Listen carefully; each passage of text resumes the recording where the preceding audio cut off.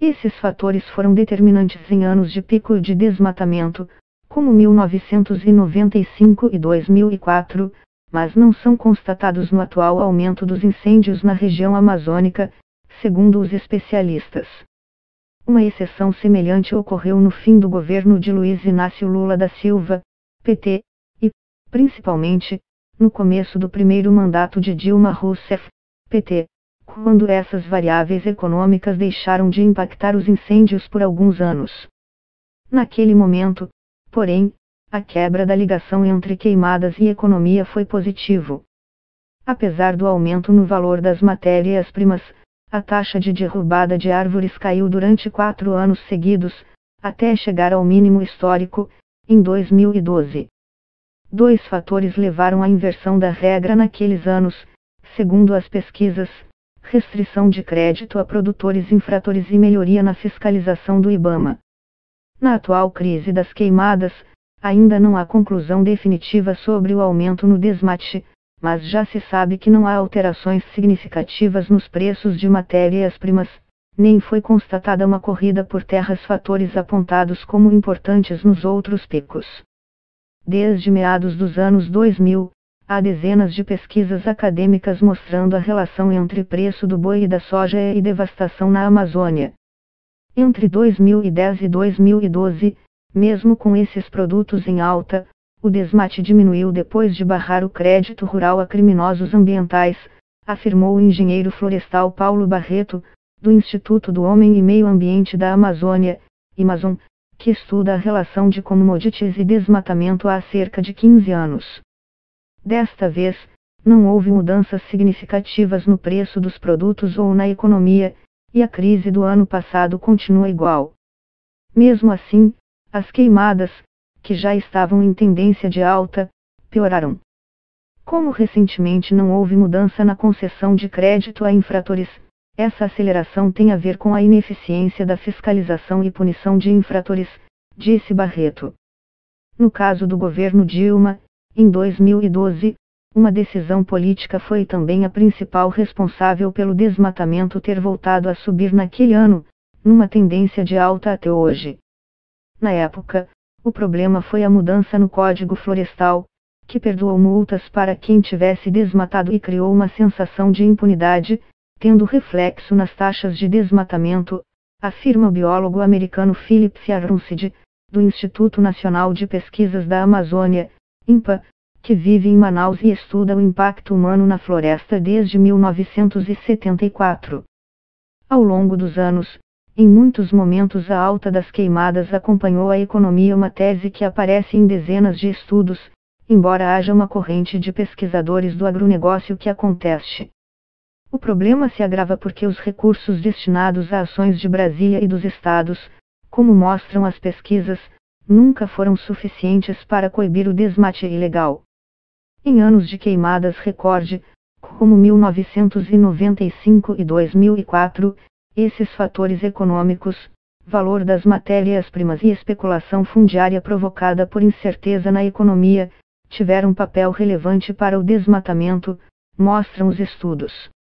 O preço elevado desses produtos, principalmente do boi, estimula produtores a derrubarem a mata por acharem que vão ganhar duplamente.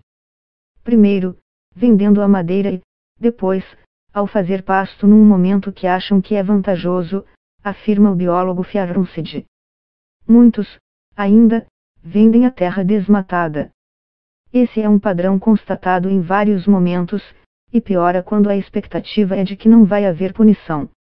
A análise dos fatores econômicos ao longo dos anos ajuda a reconstituir as razões pelas quais 325 mil km de floresta tropical, quase uma Alemanha, foram ao chão desde 1994, segundo dados do Programa de Monitoramento da Floresta Amazônica Brasileira por Satélite, PRODES, do Instituto Nacional de Pesquisas Espaciais, INPE.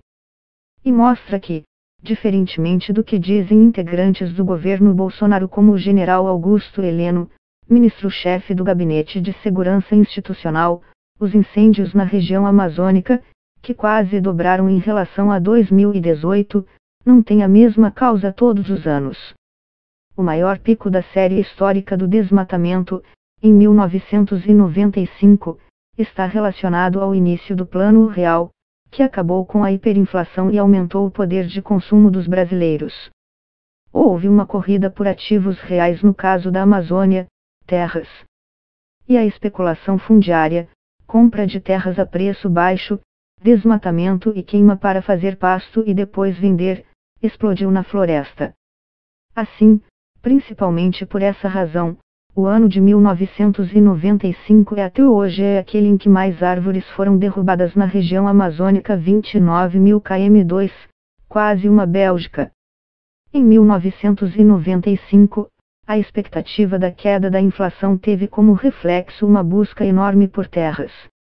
E quem comprou não investiu em adubos ou na recuperação de pasto degradado.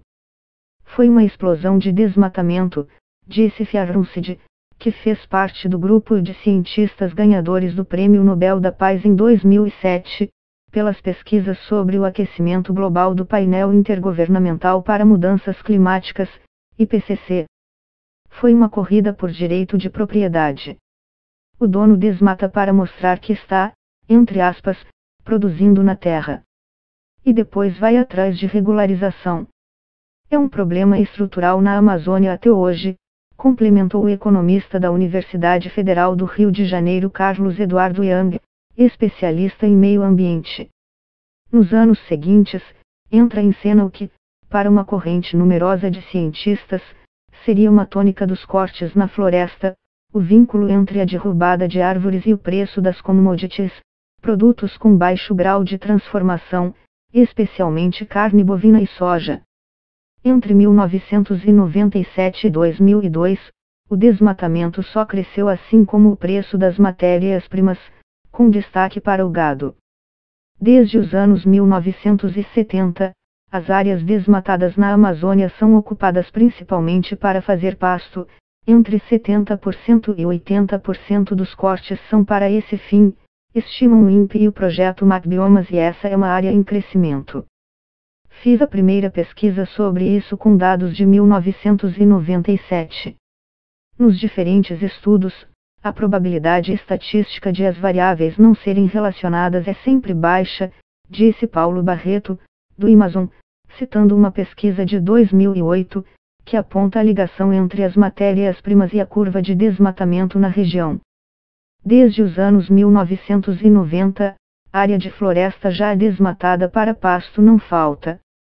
É preciso inverter a lógica, melhorar a produtividade nos lugares onde a mata já foi derrubada. Mas o produtor só investe nisso se houver um governo que condene a derrubada ilegal.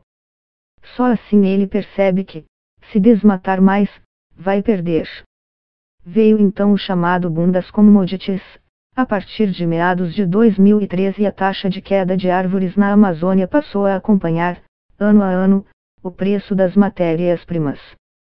A demanda por mais produtos, vendidos principalmente à China, só aumentava enquanto o orçamento para preservação continuou idêntico, na faixa de 0,15% do PIB, média praticamente igual desde 2003, como mostra a pesquisa do economista Márcio Alvarenga Júnior, da UFRJ, apresentada em julho em um congresso da Unesco. Nessa época, as taxas de desmatamento flutuaram junto com os preços. Em 2004, no segundo ano do governo Lula, e com o gado e a soja em alta, veio um novo pico, foram ao chão 27.000 km, a segunda maior taxa até hoje. Um estudo de um pesquisador do Instituto de Pesquisa de Econômica Aplicada, IP, publicado em 2010 com dados de 457 municípios da região amazônica, mostra como a curva do desmatamento segue em grande parte a das matérias-primas. O trabalho demonstra ainda como um aperto na fiscalização resultou em melhorias para a mata no fim da década. Além do alto preço das commodities, o pico de 2004 está relacionado a mais especulação fundiária na chegada do novo governo, segundo os especialistas.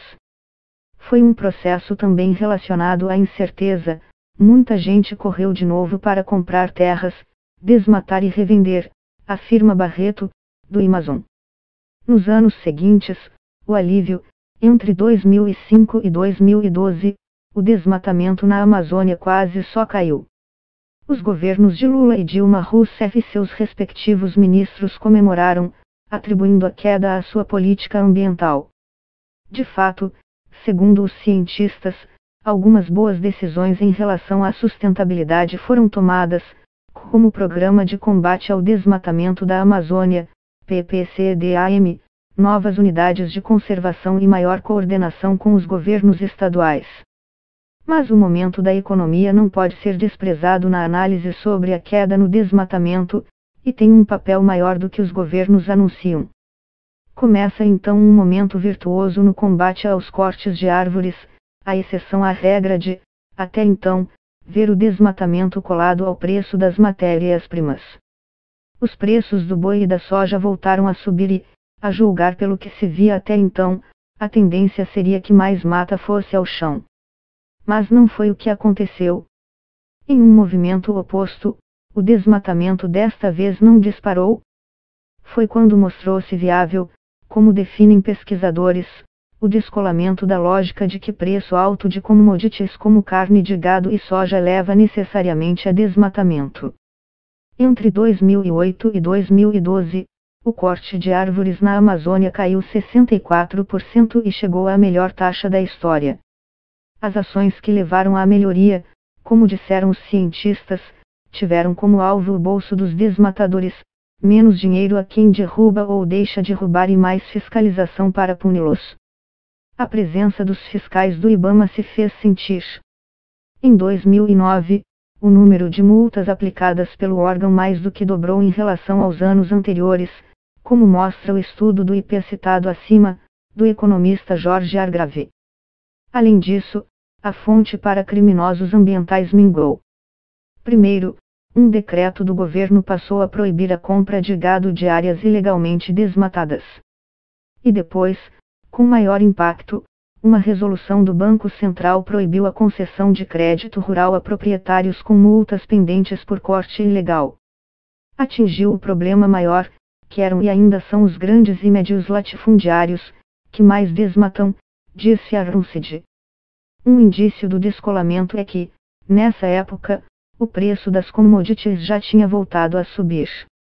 E principalmente o fato de que, embora o desmatamento caísse ano a ano, o valor da produção de carne de gado na Amazônia subiu um aumento de 52%, de 9,3 bilhões de reais em 2006, para 14,2 bilhões de reais em 2010.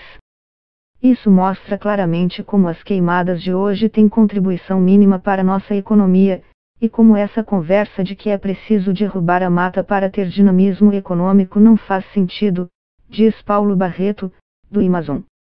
Queimadas estão longe, portanto, de representar produtividade, afirmam os cientistas.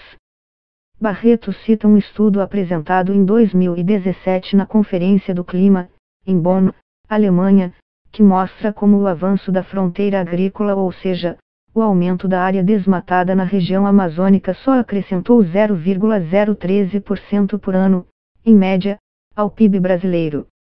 O Brasil já mostrou que o caminho para melhorar a produtividade e reduzir o desmatamento. O ganho para os produtores foi maior nas áreas em que o governo foi mais duro contra a derrubada ilegal, afirma Barreto. O menor índice de desmatamento na Amazônia, em 2012, foi recebido com mais celebração. A então presidente Dilma Rousseff foi ao rádio para festejar a queda naquele ano chegaria a 34% a menos do que no início do seu governo, falando em forte ação de fiscalização. Mas, em meio às comemorações, o ruralismo se fortalecia, já controlava um quarto do Congresso e impôs derrotas aos ambientalistas ao tentar dificultar, por exemplo, a demarcação de terras indígenas.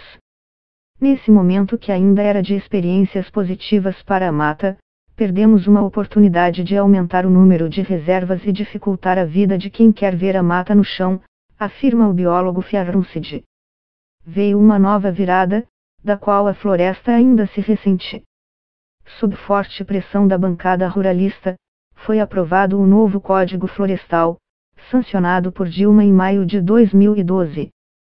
A nova lei flexibilizou as normas de proteção florestal e é apontada de forma consensual por ambientalistas como responsável pela piora no desmatamento que ocorre desde então.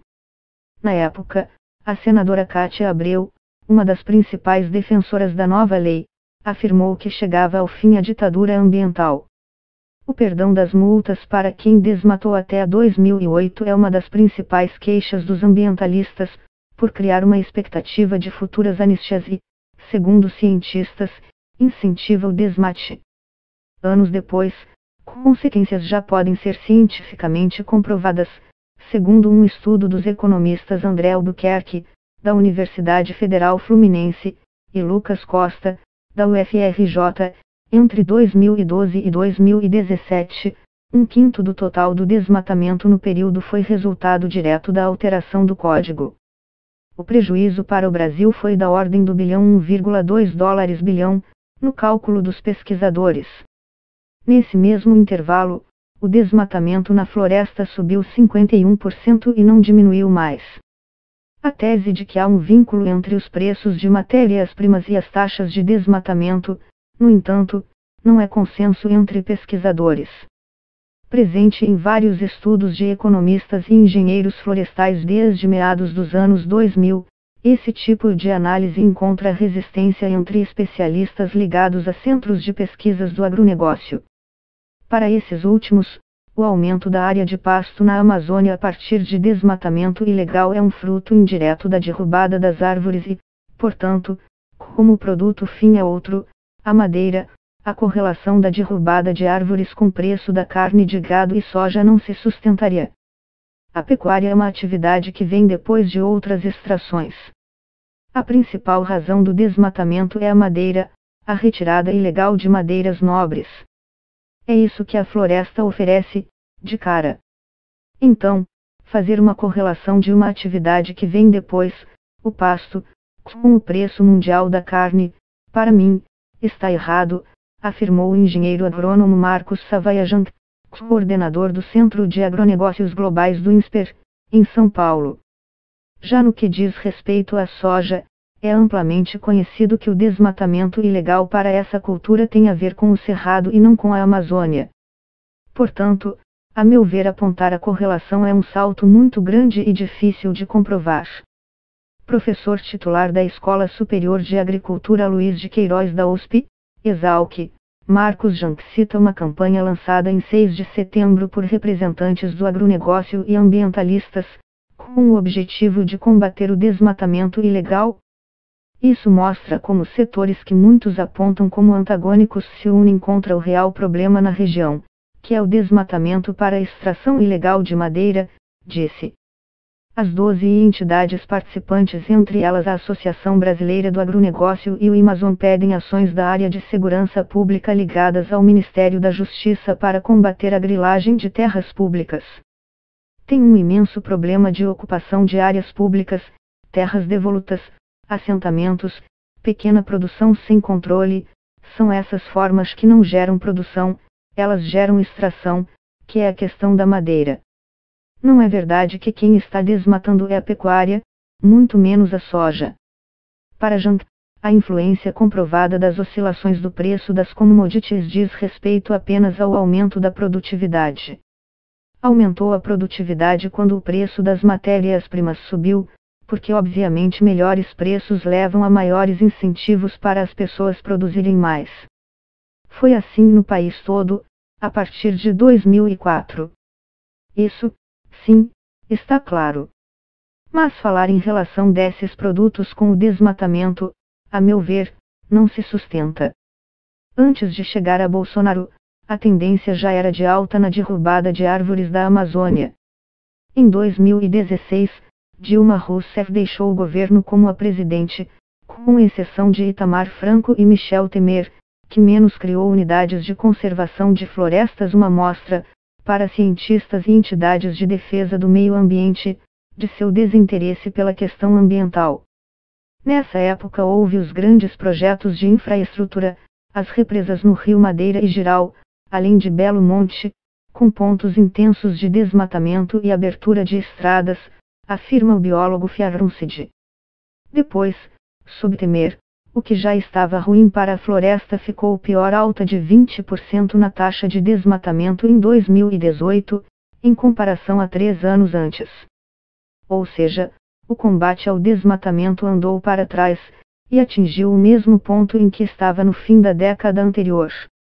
Chega-se então ao governo atual e, com ele, a nova piora. Ainda não há pesquisas científicas conclusivas sobre as razões do aumento das queimadas neste ano, mas, como disseram os especialistas, nada indica que variáveis desse tipo estejam por trás da crise na floresta. Nos últimos meses, houve novamente mostras de incerteza econômica em relação ao governo. A alta do preço do ouro, um ativo real, é um indício dessa insegurança, mas para os pesquisadores isso não é o suficiente para apontar como responsáveis pela crise. Não foi detectada corrida por terras, por exemplo. Para os especialistas ligados à questão ambiental, o problema é resultado de um misto de discurso do governo Bolsonaro, que desacreditou órgãos de preservação, a extinção de secretarias ligadas ao ambiente e fiscalização ineficiente, além da baixa aplicação de autuações. Um exemplo apontado é o Dia do Fogo, no sul do Pará, em que um pedido de auxílio do IBAMA ao Ministério Público Federal não foi atendido. Há ainda muitos sinais negativos aos estados. O governador do Acre, Gladson Cameli, do PP, chegou a dizer a madeireiros para não pagar multas ambientais do IBAMA. É um ambiente de permissividade, afirma o biólogo Fiaruncide, de Manaus. A crise econômica é a mesma do ano passado. Commodities não têm variações significativas. Por que há essa alta? Há um sinal de que os perseguidos serão os órgãos ambientais, ou seja, que diminuirá a penalização, e isso tem reflexo nas queimadas, avalia Yang. A reação do governo à crise pode ser dividida em dois momentos. Inicialmente, nas primeiras semanas, Bolsonaro e o ministro do Meio Ambiente, Ricardo Salles, apontaram, sem provas, múltiplos responsáveis pelas queimadas de dados do INPE que estariam errados a uma suposta ação de ONGs. Depois, sob pressão internacional, o presidente adotou tom mais moderado, gravou um pronunciamento falando em tolerância zero com as queimadas e pediu que elas não fossem usadas como pretexto para sanções econômicas. Na sequência, assinou um decreto de garantia da lei e da ordem, GLO, autorizando as Forças Armadas a combater o fogo por um mês, até 24 de setembro. Por fim, congelou a autorização para queimadas na região da Amazônia durante 60 dias. Para o engenheiro agrônomo Marcos Jank, mais do que as ações do governo, as queimadas deste ano estão relacionadas a uma crise de percepção. Não digo que o governo está atuando da melhor forma no combate, mas o aumento nas queimadas é algo que vínhamos acompanhando. Não é tão excepcional, afirmou o coordenador da área de agro do INSPER. O que não quer dizer que a fiscalização seja boa. Não é? O aumento no desmatamento até 2004, por exemplo, foi seguido de uma redução brutal por causa de investimentos em monitoramento, satélite, mais controle. Para mim, está claro que as atuais queimadas estão ligadas à extração ilegal de madeira e não à produção de bois, de soja.